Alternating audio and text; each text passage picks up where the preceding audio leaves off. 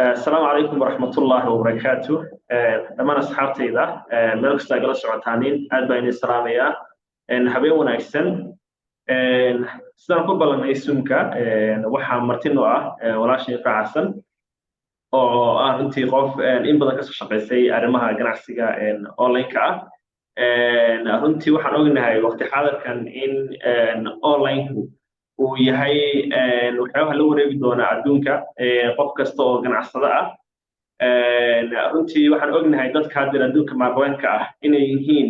dadka maanta waxa weeyaan haysta online-ka inay waxa weeyaan billionaire yihiin oo adduunka ugu lacag badan yihiin taasoo qof walba ay ku tusaalan qaadan karo in adduunku isku bedeli karo digital marka walaashana wax weeyaan caawe waxyaabahaas oo dhan nooga jahal bixin doontaa runtii waxa weeyaan sidoo qofku uu u noqon karo inuu sameeyo online business iyo waxyaabaha ka saacidi karo qofku isagoo gurigiisa jooga inuu sameeyo iyo xirfadaha uu qofku markaasi uu u baahan yahay ifraax soo dhawow marka hore haddaad dadka isbarto dhowr daqiiqo insha allah ما شاء الله محمود جزاك الله خير ولا الفرصة قالي أسيسي waa ku faraxsanahay inaan maanta halkan ku wada fadhino inagoo kala wadan joogna haddana waxyaabahan ku jeclay social media waa saas meel kasta iyadoo la kala joogo haddana la samayn karaa collaboration ama wada shaqayn alxamdulilah waana dhowahay walaal aad waa mahadsan tahay ifraax haddii aad bal sharaxaad guud naga siiso qaabka uu u shaqeeyo digital marketing ما شاء الله digital marketing horta aniga shakhsiyan waxaan ka soo mid noqday 2018 khaasatan bishii Abriil ayaan soo galay marka 5 sano almost ayaan ku jiraa marka inta aan ku jiray runtii waxyaabaha ugu weyn aan bartay waxa waaye sideedaba sidee online kan looga shaqaystaa marka qaarkood waxaad maqlaysaa dadka ku dhahayo online waxna lagama sameeyo waxani ma runba waxaasi maxay tahay haddana siiba aniga marketka aan ku jiro ama suuqan ku jiro waxa la dhahaa network marketing waa suuq waxa lagu leeyahay 8 sano soo jira oo kulligeen naga weyn marka waxyaabaha ugu horeyso aan sameeyay waxa waa in aan barto suuqan iyo online kan sidii jaamacad oo kale ayaan u darsay marka sida looga shaqeysana runtii waa wax aad iyo aad u fudud maadaama maalin kasta kulligeen aynu ku jirno social media ama WhatsApp ha noqoto ama Zoom kana hadda ku wada hadlayna ha noqoto ama Facebook Instagram ka aynu ku jirno laba goorba already kulligeen online kaas waynu ku jirnaa kaliya maxaana kala duwaayo aniga oo ka ganacsada online ka ama wax faa'iido ka sameeyo qofka kale waxa waaye qofna wax sida loogu talagalo isticmaalna qofna social media ayaa isticmaalo su'aalaha dadka weydiiya ayaa taas social media maada isticmaalo mise isaga ku isticmaalo marka labadaas oo lagu kala duwan yahay adiga marka dadku uu kala wareegay qaabkee baasay u fudud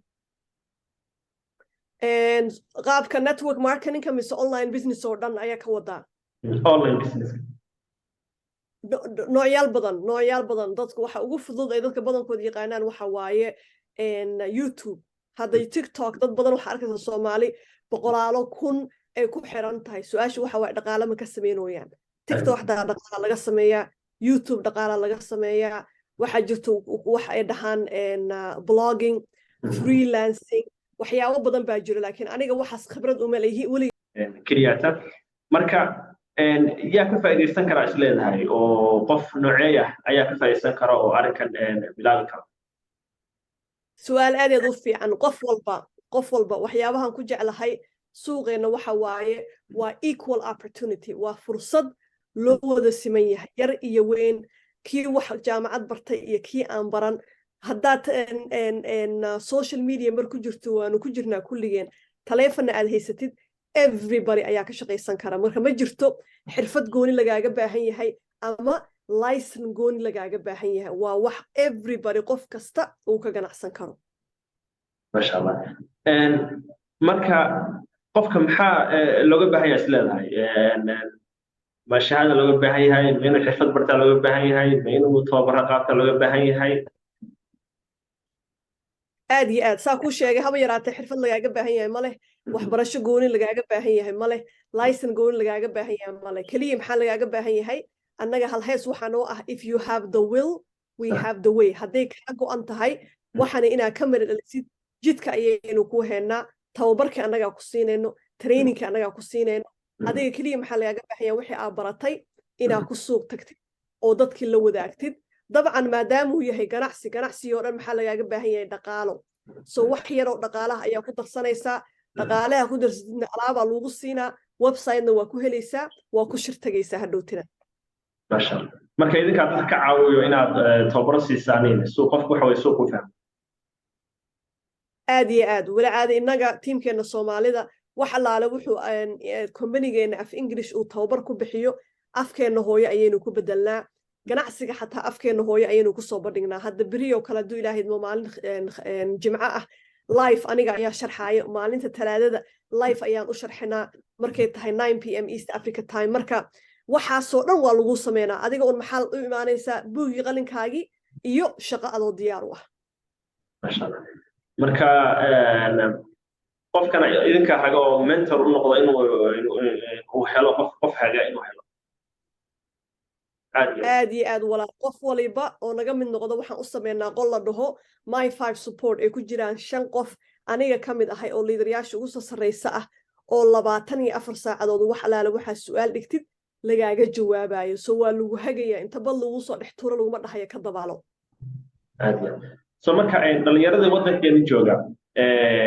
sidee uga faa'iideysan karaan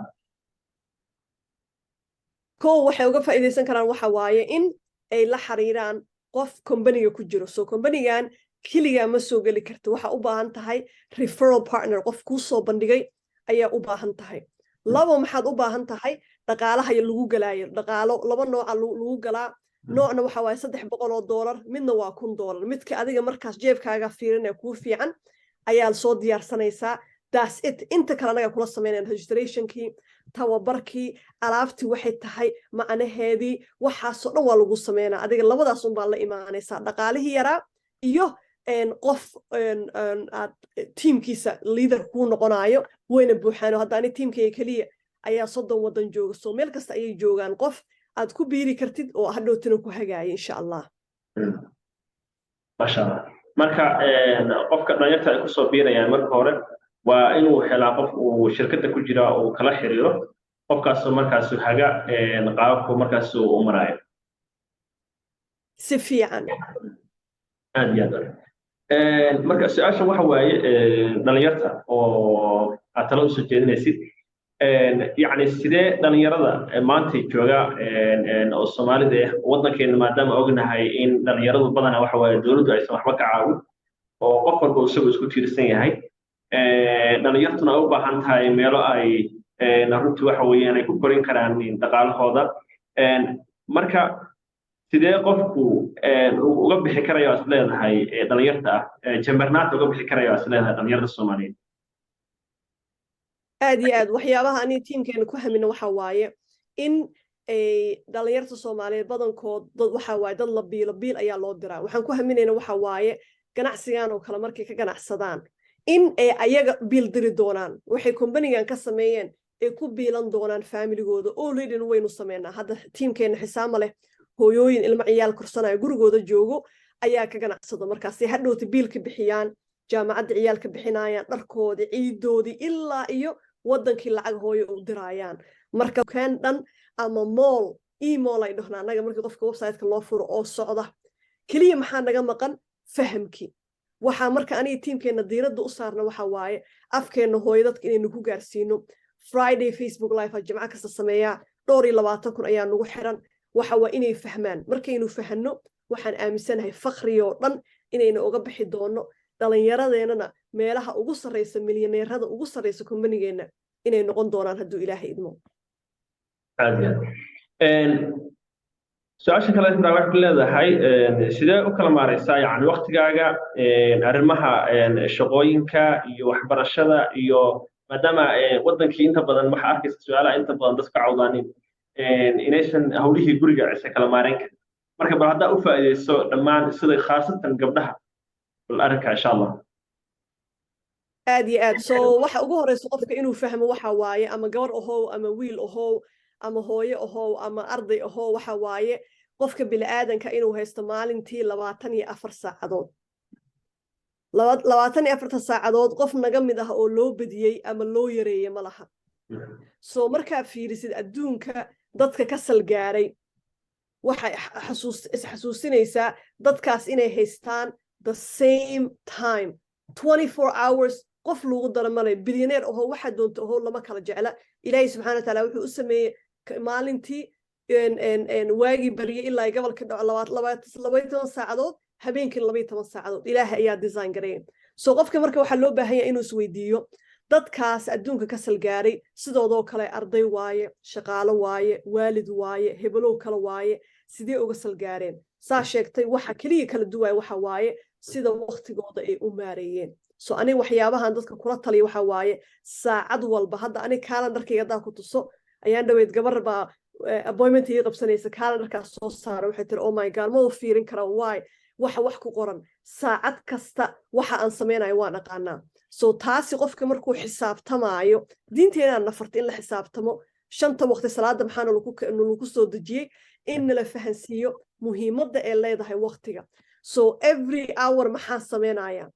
waxaa sameeye maxaa faa'iido iga soo galayo hadday noqoto dhanka aakhiro iyo dhanka adduunka marka taas ayaan dadka kula talinaya 24 saacadood inaa u isticmaashid wax adiga faa'iido ku soo gelinaya adduun iyo aakhiradaada inta kalena aad ka istaagtay maadaama aadan time u haynin ما شاء الله dhanka waxa weeyaan xirfadaha oo kale oo khaasatan dhalinyarada is leedahay yani inay iska dhisaaniin maxaad is leedahay haddaa xirfadaha barataan inaad aad noloshiina isbedeli karayso markay noqoto waagi hore waxaan aaminsanaan jiray iskuul tag jaamacad soo gal hebelow laakiin hadda waa laga tegay cid kala jecel ma laha hadda aniga waxaan barta dhaqaalaha kuma shaqaysto certificate-kayga meel ayay iska taallaa sida boorso meel iska taalloo kale waxaan ku shaqaysto waxa waaye xirfad aan aniga keligay isbaray soo dhalinyarada waxaa kula talinaya inay raadiyaan fursadaheenaan oo kale oo qof already soo maray walaashaa ama walaalkaas Soomaaliyeed ku daadihinayo inay raadiyaan laakiin inay diyaar u noqdaan inay shaqaystaan dhibka badankood dhalinyarada ku arka waxa waaye waxay u maleeyaan maanta ganacsi soo galayaan biri inay taajirayaan haa walaal marka taas waa taan kula talinayo inaad u fariisatid aniga company-ga markaan soo galay 6 bilood ugu horeysa xagga ma fiirin wax kastaan qoranaya dhinac kasta hal markii lagu daro maxay noqotaa labo sidee kan ku dhacday markaan ka sameeyay maxay tahay inay u fariistaan wixii ay darsaan hadhowtina ay dhexda u xirtaan maahine uma ay baahna runtii xirfad gooni ah iyo hebelow adduunku waa laga tagay kaliya whatever aad decide garaysid waxaad dooratid inay ku adkaystaan waqtigina ay geliyaan aan kula talin insha Allah ifraax inta ku jirtay ma jirtaa wax caqabada oo is leedahay waa la kulantay si aysan dhalinyarada kale ay uga hortagaan aad iyo aad caqabada ugu weyn waxa waaye maadaama suuqa aniga ku jira network marketing ee tahay suuq aad iyo aad u ballaaran ayna jiraan kombaniyaal badan hadda Kenya aniga kugu soo arkay oo ugu badan tahay har iyo habeen company ayaa imaanayo kombaniyaasha marka qaarkoodna waxay noqonayaan kuwo sida loogu talagalay u shaqaysanayo kuwana waxay noqonayaan kuwo hawada ka baxaya biri oo marka horeba illegal ahaa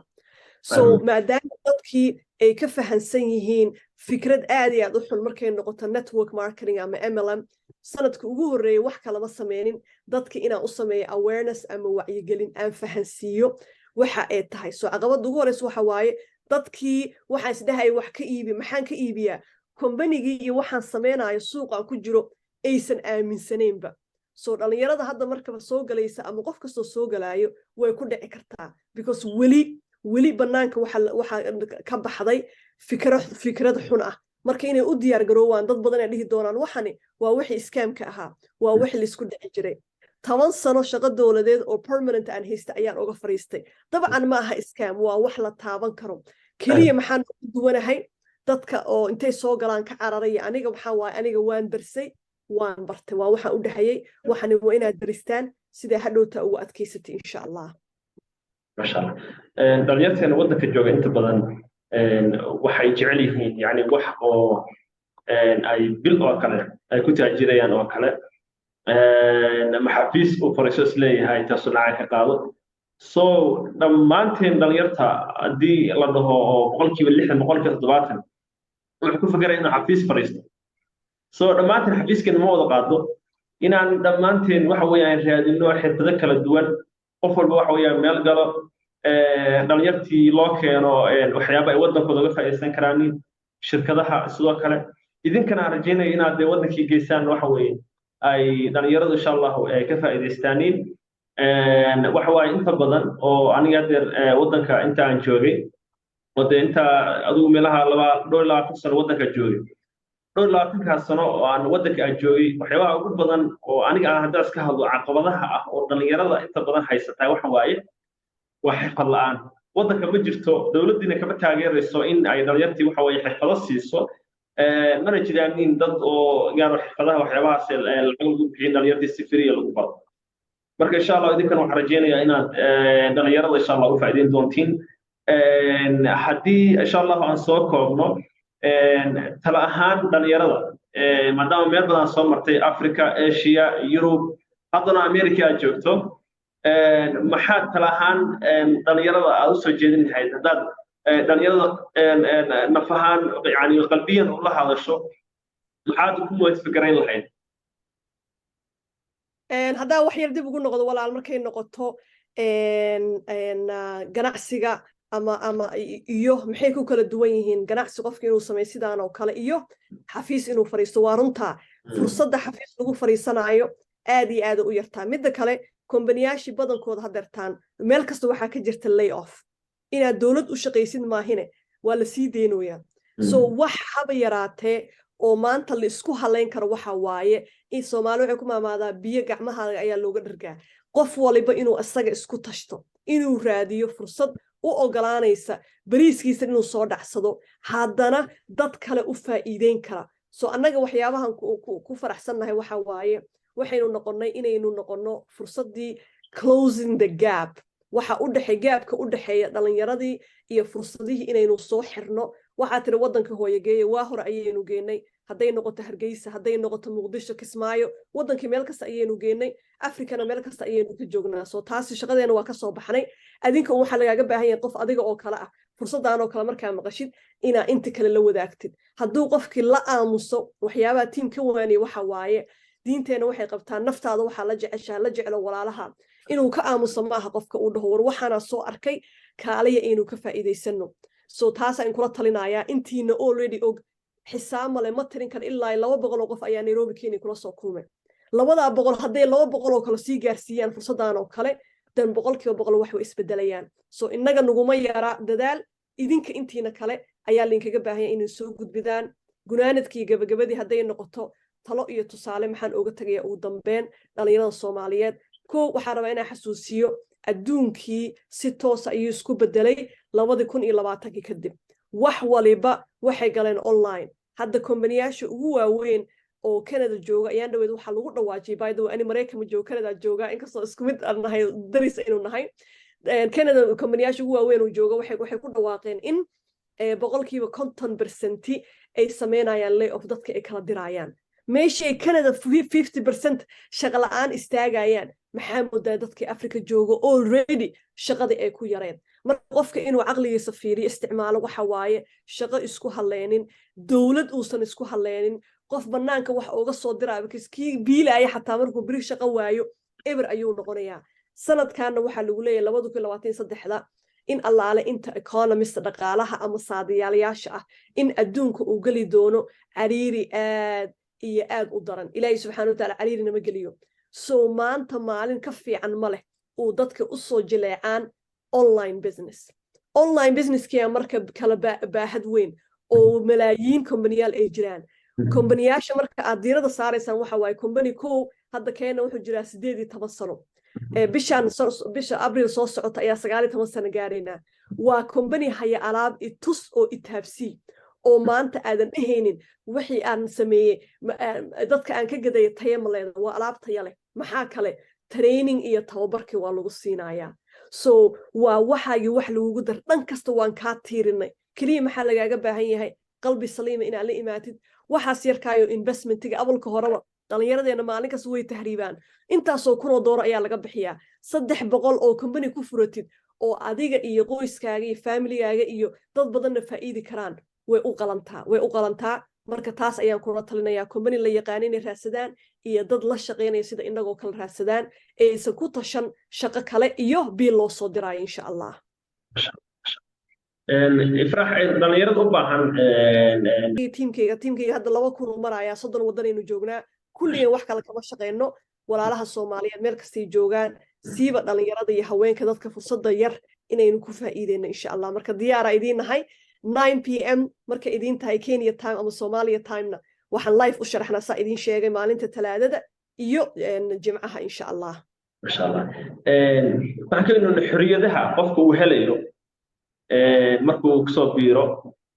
faa'iidada uu helayo xorriyada macna qofka uu helayo markaas haddii aad uga sheekayso aad iyo aad xorriyada saa idin sheegay 10 sano ka shaqeynay dawladda Canada haddana maanta waa ka fariisto waay midaana iga fiicnaatay 2 jibaar 5 jibaar marqalkood 10 jibaar waxaan sameyn jir ayaan sameeyaa adduunka meeshan doona ayaan ka tagaa hadda 2 asbuuc ka hor soo noqday hadduu ilaahay 15 February again waxaan u socdaa Mareykan kadibna waxaan aadayaa halkaas iyo Asia markaba yu company-geena dadka sanad kasta u diraa insha allah marka adduunka meesha doona ka tagaa haddana laptop-kayga ama taleefankayga waa xasuustaa sanadkii ugu horeeya ganacsi ku jiray laptop taleefankayga ayaa isticmaalaya so absolutely taasaan kula talnaa insha allah caadi so qof oo runtii waxa weeyaan ugu dhahay laptop-kaaga internet-kaaga mobile-kaaga diyaarso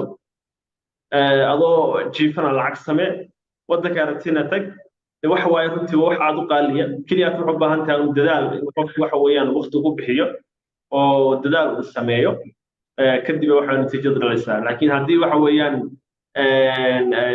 naga noqoto runtii waxa weeyaan inaynu waqti yar wax ku helno lama gaarayo cid walba ku gaari lahayd waqti yar wax lagu helayo marka insha allah intaasaan kusoo gabagabeynaa programka yar oo aan la yeelnay walaasha Ifraax runtii Ifraax waxaa ma celinayaa sida dhalinyarada mar walba waxa weeyaan role model ugu tahay oo u waaninaysid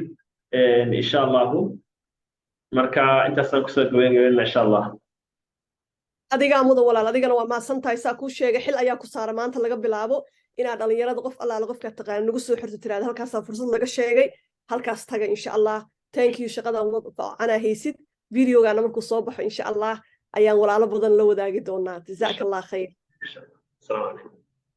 وعليكم السلام ورحمة